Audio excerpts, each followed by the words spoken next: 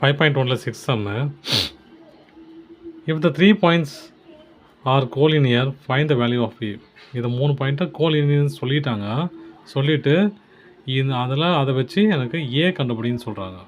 இப்போ நம்ம என்ன பண்ணணும், slope of AB equal to slope of PC.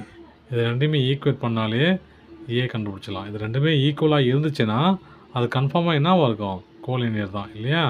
அப்போ நான் என்ன பண்ண போகிறேன், இது ரெண்டையும் கண்டுபிடிச்சி ஸ்லோப் ஏபியும் ஸ்லோப் பிசியும் கண்டுபிடிச்சி ஈக்குவேட் பண்ண போகிறேன்.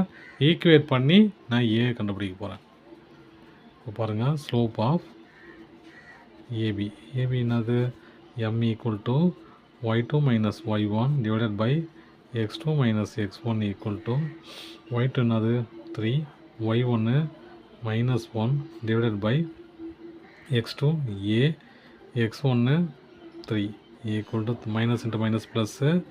அப்போ 3 + 1 a minus 3 equal to 4 by a minus 3 ஆச்சா. அப்புறம் ஸ்லோப் ஆஃப் பிசி அதே தான், m equal to y2 minus y1 அப்புறம் x2 மைனஸ் x1 பிசி இல்லையா. அப்போ இது y2 ஆகிடும், இது x2 ஆகிடும் இல்லையா. அப்போது மைனஸ் 3 அப்புறம் மைனஸ் ஏ மைனஸ் 3 இல்லையா. Minus 3 divided by 1 minus a equal to minus 6 by 1 minus a ஆச்சா. இப்போ ரெண்டுமே கண்டுபிடிச்சாச்சு. ரெண்டுமே ஈக்குவேட் பண்ணோம். ஈக்குவேட் பண்ணால் தான் நம்மளுக்கு அந்த ஏ கண்டுபிடிக்க முடியும். 4 by a minus 3 equal to minus 6 by 1 minus a. Cross multiply பண்ணிக்கலாம் ரெண்டுத்தையும். 4 into 1 minus a equal to minus 6 into a minus 3. 4 minus 4a multiply பண்ணால் minus into plus minus 6a minus into minus plus 18.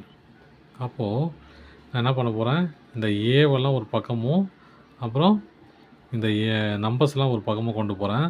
நான் முதல்ல இந்த 4a அந்த பக்கம் கொண்டு போகிறேன், 18 இந்த பக்கம் கொண்டு போகிறேன்.